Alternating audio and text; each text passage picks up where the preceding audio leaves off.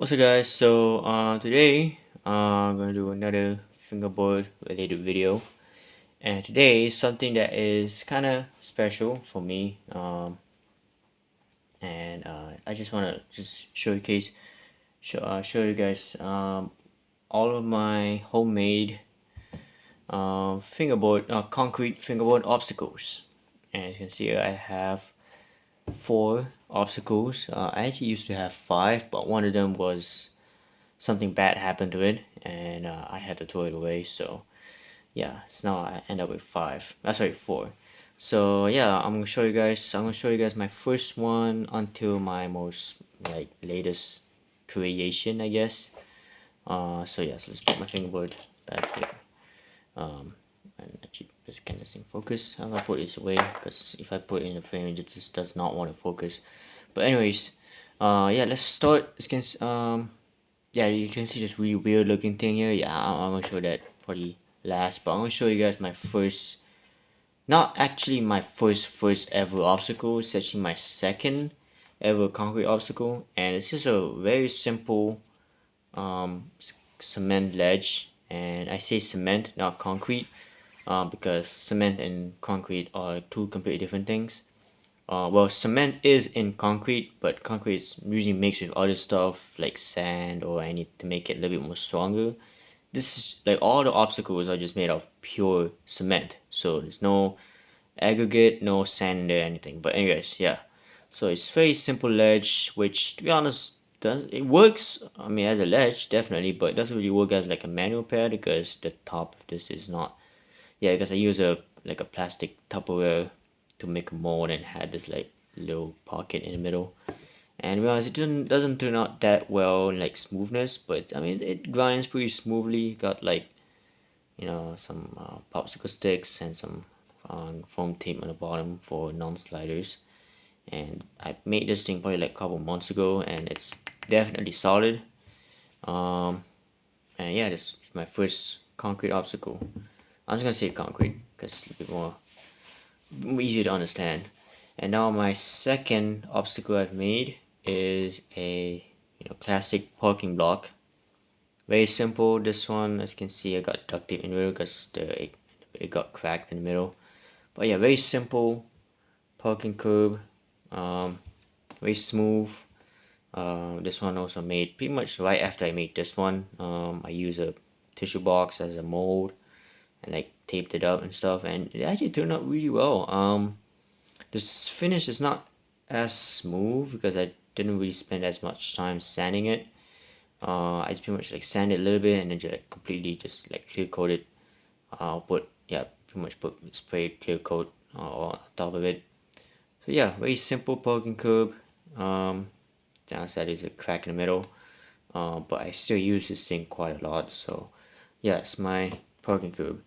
And now for this kind of strange looking thing, because it looks like a parking curb on one side, but it looks like a ledge on the other side, like a park bench. And this is actually a mistake build, because this is actually supposed to be a concrete quarter pipe.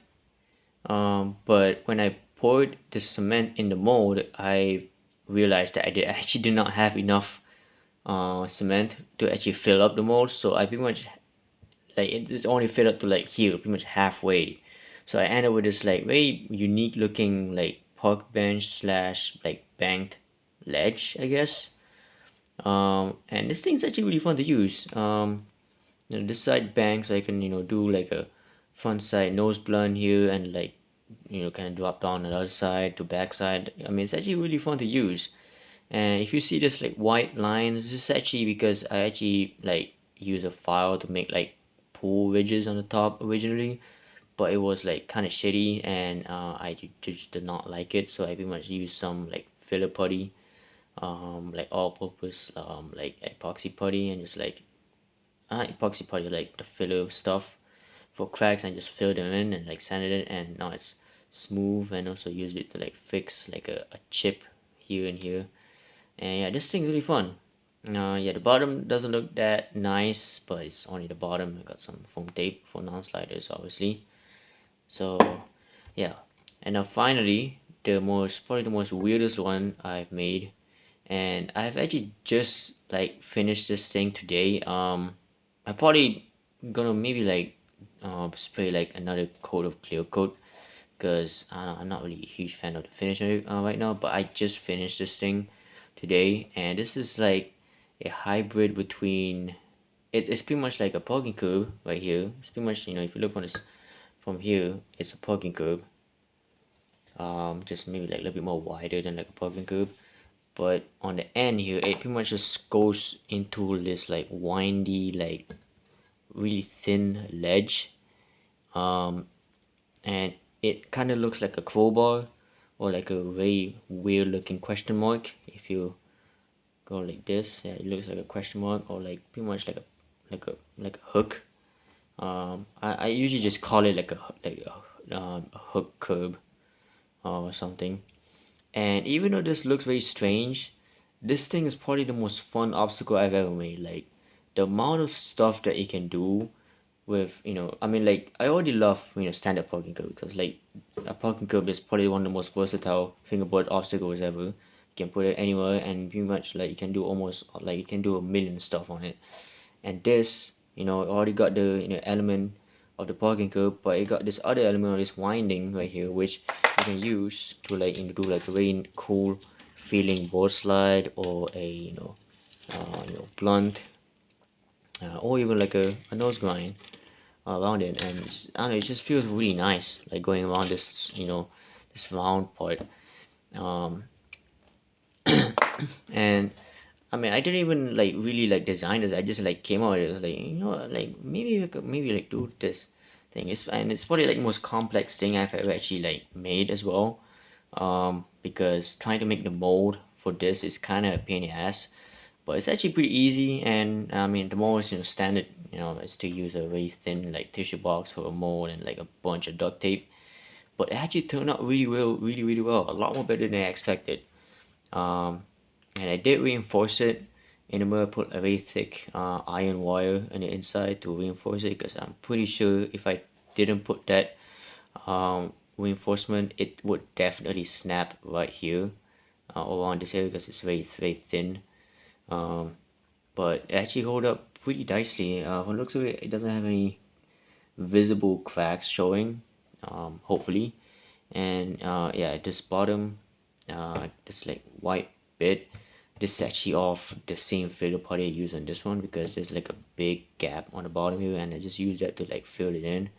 And I don't know why, but I'm pretty sure it's still like setting.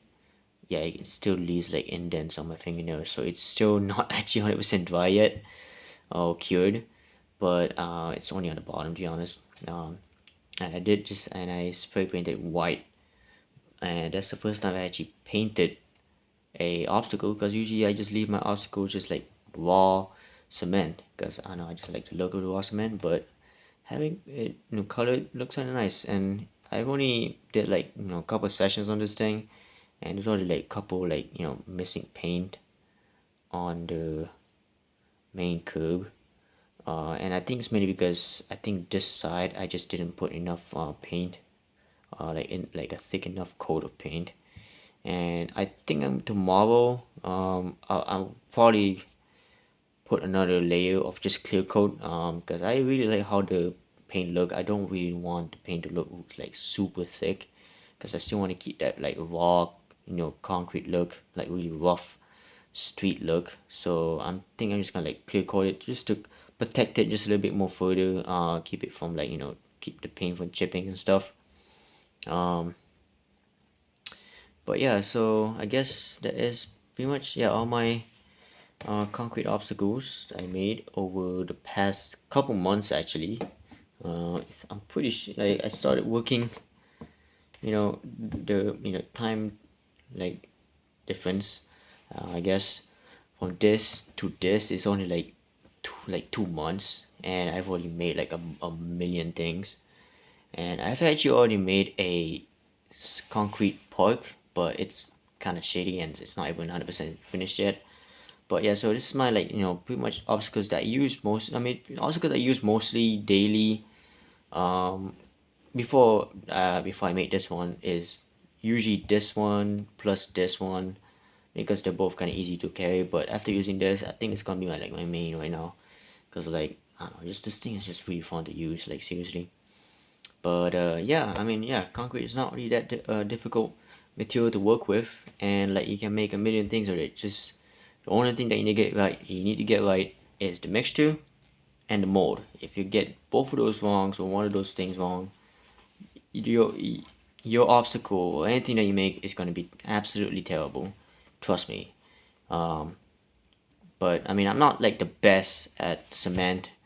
I mean, I'm definitely probably one of the worst to like like not experience like the worst ones, because they don't really look that nice, but they function. I mean, this one kind of looks kind of cool-ish, but I mean, I still don't know how we call it, like an eyelid curve. Yeah, I don't know, but yeah. Anyways, so yeah, that's my concrete fingerboard obstacles. So yeah, cement is definitely better than plastic or wood obstacles. Changed my mind. Anyways, yeah, bye.